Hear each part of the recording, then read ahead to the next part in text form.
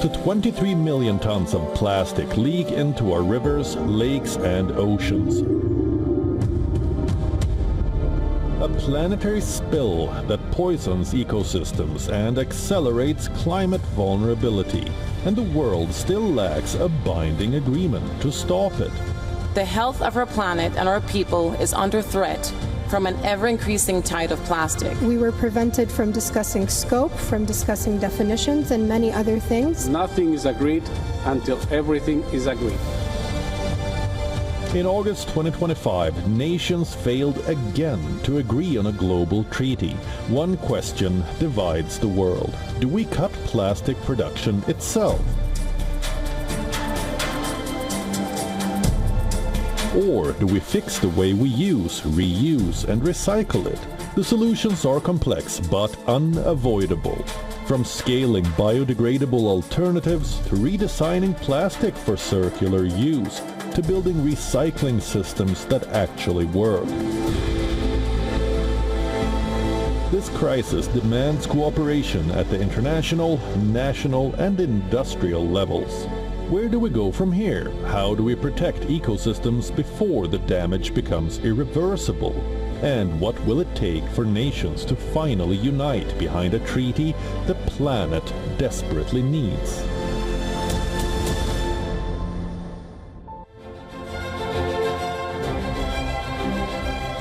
The plastic puzzle.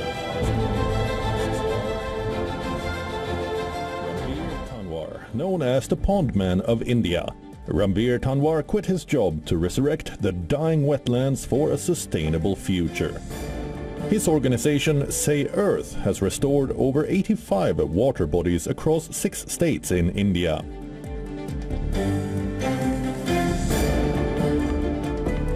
Vimlendu Jha, founder and executive director of Swecha. Vimlendu Jha drives youth-led sustainability efforts in climate education, waste management and ecological restoration.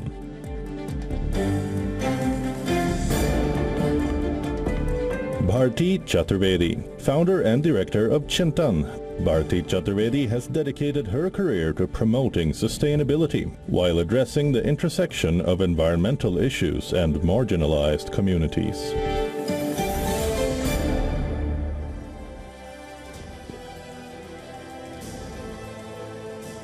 All right, so we've set the stage for what lies ahead, and we're actually dealing with a very challenging question, which comes to solving the plastic puzzle. Now, plastic pollution, these two terms obviously have far-reaching implications. These two words pose a global challenge. We're talking about 430 million tons of plastic, 2/3 of which actually ends up polluting our aquatic ecosystems.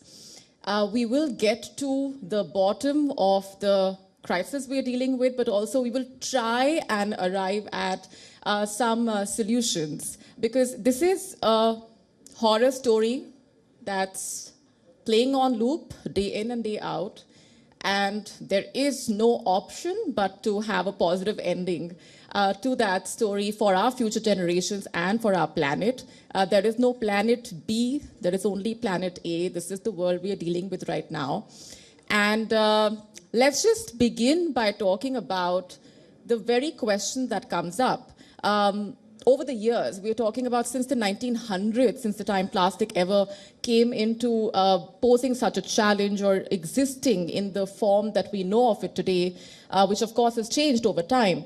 But if we know the answer to the problem, then why is it so difficult to actually get there?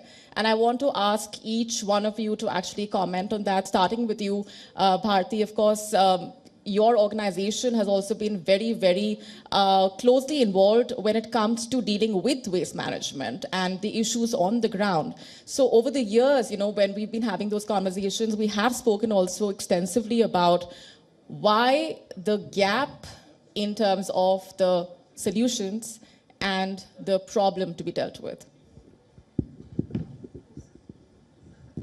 So firstly, there is only one solution, and that is to drastically reduce plastic. And there is really no other solution. I mean, recycling is not a solution. Recycling is a delaying tactic, because you can recycle plastic, But the fact is, firstly, plastic can only be recycled a certain number of times, between 3 and 5 at best. Secondly, you lose a lot of the material while recycling, and in any case, you have leakages into the ecosystem even while recycling. In fact, the fleece vests that we all wear in the winter, a lot of that is recycled PET. But when you wash it, you have those little microfibers of plastic which actually go out into the air as well as the nala and finally the rivers. So there's no doubt that recycling is a delaying tactic. You have to reduce. But the point is that we're not seeing enough investment in any form of reduction. I mean, even all of this is plastic, right? It's PVC largely, all these placards and all of yours. So they're not going to be recycled. They're just going to emit phthalates, which is a very, very toxic chemical, which disrupts the endocrine system and so on, harms children and newborn babies. But you can't recycle these. So we firstly have materials that cannot be recycled, and then we have recycling of materials, which is a temporary solution. So until you have money invested in making alternatives, which don't have to be material alternatives, we could come up with ideas around reuse and service provision instead of constantly buying and all of that. We're not going to reduce plastics. I mean, the current model of collection and recycling and upcycling won't help. I mean, there's a logic there, but it's not a solution. Right, and we will come to what we as individuals can do in our capacity, maybe starting tomorrow, if not today itself, what will go a long way. But I want to come to you, Vimlendu, to just talk about what Bharti just mentioned, Speaking of microfibers, like she said, on the cloth that we wear, microplastics, there's no running away from them. They've now made their way into our bodies, in our brain, and our heart. In fact, one estimate, which is scary in itself, says that we ingest equivalent to a credit card of plastic per week. That's the amount of plastic we're dealing with, not outside, but inside our bodies. I want to just take your comments first on the challenge that we are dealing with in the first place. Okay, so first of all, we need to understand, a lot of times we talk about safe plastic or plastic as an issue, plastic as a problem, plastic as a challenge. The safest plastic on this planet is the plastic that is not even manufactured. So the biggest problem that we need to address, and I'm sure the minister will be here, of course he's doing road, but in the sense largely if you look at the amount of money or the production industry of plastic is so huge that, all of us are actually counting several million tons of plastic waste, and out of that 40% not being even collected, 30% really being recycled, so on and so forth. These numbers are of very little consequence unless and until we don't really stop the production. Again, as a romantic, as an environmentalist, am I here to say that, plastic is bad? No. I'm not saying that we should actually be 100% plastic free. But can we be plastic responsible? And that is where the challenge is, that as we have done two things. At an individual level, we've actually prioritized convenience, individual convenience, so that you don't need to carry a cloth bag or, for that matter, wash that cloth bag. And therefore, everything has become plastic, even our smile and our emotions. Therefore, so plastic is not, and our responsibility towards many of those things. We'll come to that in some time. But also at an institutional level, it serves the purpose to keep plastic linear, or plastic economy to be linear, because I just had a bottle of, there's plastic bottles outside everywhere. And, whoever sold that plastic bottle to us is not going to take it back. Of course, on paper, there's something called extended producer's responsibility, which is basically if you made 10 rupees or 5 rupees on that plastic bottle for me, and of course, you've sold whatever, as in you made 80% profit or 60% profit, it's also your responsibility to take it back. Unless and until it doesn't pinch the producer and cause them inconvenience, selling us convenience in short term and catastrophe in the long term is the problem. So, in short, of course, I gave you a long answer, and we'll talk about microplastic.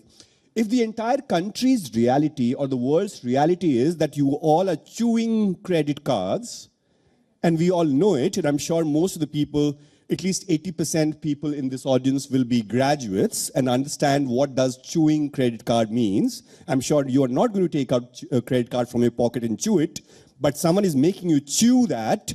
What's your reaction? What's your action? How are we all normalizing it? And drawing analogy from this last point is, of course, we are very close to where the parliament is, and where the air of Taj Mahal Hotel is very, very different from the air of not the Taj Mahal Hotel, 5 kilometers outskirts. RK Puram, the AQI would be 380. I'm sure AQI here would be 330. I don't see a single mask in this room, with no one wearing a mask. I'm not even sure if anybody has that in their pocket. That's the problem where we normalize. Jitna bhi acha hoga, the AQI would be not better than 300 in this room as well. But 300? It's okay, it's not 400. It's just a number. So chewing credit card is not just a number. 380 AQI is not just a number. Someone forcing you to chew that credit card is a crime. Someone letting you to breathe this bad air is a crime.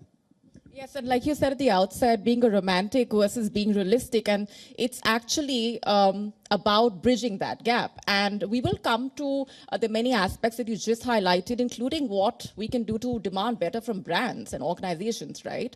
But I want to also get in Ramveer ji on this. You're known as the pond man of India, restoring multiple ponds, 80 plus and counting. अगर हम ecosystem की बात करें, marine life पे जो impact होता है, जो हमने images भी देखी हैं, plastic objects strangulating our marine life, very haunting images, जो आपको obviously sit up and take notice के लिए force करती हैं. लेकिन आप क्या राय देना चाहेंगे लोगों को जो शायद इस crisis को अभी पूरी तरह समझ नहीं पाए हैं? बिल्कुल, देखिए, चाहे वो मरीन लाइफ की बात हो, although I'm working for ponds, not at big level of sea, so but marine life की पिक्चर्स मार्केट में इसलिए आ जाती हैं क्योंकि वहाँ तक मीडिया की या जो सोशल इन्फ्लुएंसर्स की उनकी रीच होती है.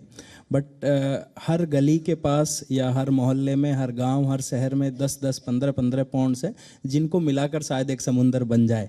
लेकिन वो सारे पॉन्ड्स, यस, लेकिन वो सारे पॉन्ड्स भी किसी लैंडफिल साइट से ज़्यादा अच्छी शेप में नहीं है ना.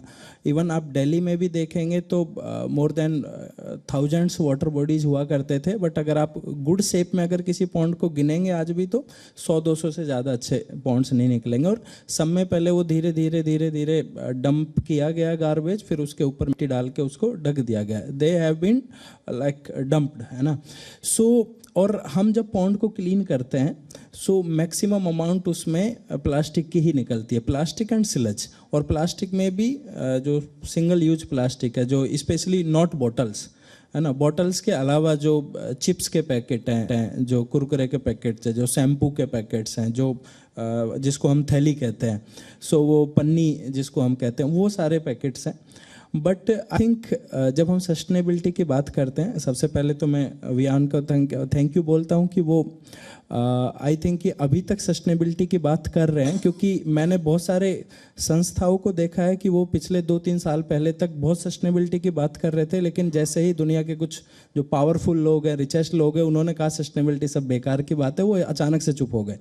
सो स्टिल अगर आप इस तरह की सस्टेनेबिलिटी पे रुके हुए हैं तो यही अपने आप में बड़ी बात है. और इसी तरह सबसे पहले ज़रूरत है कि हमें इस बारे में बात करनी है. ऑल्दो हम बात तो जैसा आपने कहा 90s से करते आ रहे हैं, बट वो बात भी कर रहे हैं और धीरे धीरे उसको ख़राब भी करते जा रहे हैं. वो दोनों पैरेलल में चल रहे हैं. जितने ज़्यादा इवेंट्स हो रहे हैं, जितनी ज़्यादा बातें हो रही हैं, कंडीशन उतनी ज़्यादा ख़राब हो रही है. बट मेरी नज़र में क्या है कि एनवायरमेंटल सस्टेनेबिलिटी तभी हासिल हो सकती है जब उसको सोशल सस्टेनेबिलिटी और इकोनॉमिकल सस्टेनेबिलिटी के साथ लिंक किया जाए. अभी मैं देखता हूँ घर के बाहर सुबह सुबह रैक पिकर्स आते हैं, है ना, और वो जो प्लास्टिक की बॉटल्स होते हैं, कांच होते हैं, उनको सब लेके जाते हैं. एक भी नहीं मिलेगा पूरी गली में, लेकिन वो पाउच को छोड़ जाते हैं, वो पन्नी को छोड़ जाते हैं, वो छोटे छोटे रैपर्स को छोड़ जाते हैं. क्यों छोड़ जाते हैं? क्योंकि उसमें उनकी इकोनॉमिकल सस्टेनेबिलिटी नहीं है.